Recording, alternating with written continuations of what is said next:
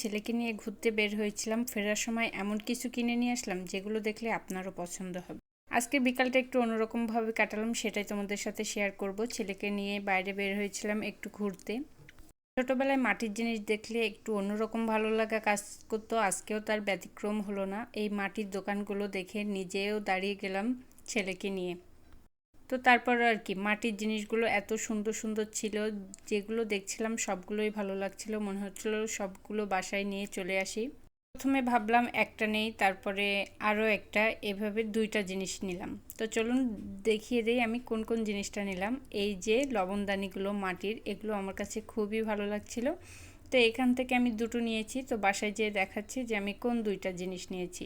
আসলে সবসময় দামি দামি জিনিস কিনলেই যে ভালো লাগা হয় তা কিন্তু নাই। এরকম ছোট ছোট জিনিস কিন্তু ঘরের সৌন্দর্য বাড়িয়ে দেয়, প্লাস মনে অন্যরকম ভালো লাগা কাজ করে।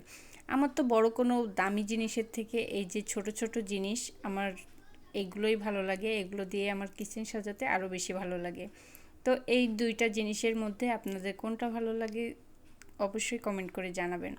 আর কেউ যদি সাতক্ষীরার ভিতর লোকেশন জানতে চান, সেটাও আমি জানিয়ে দেব। তো আজকের ভিডিওটি এই পর্যন্ত। সবাই ভালো থাকবেন। আল্লাহ হাফিজ।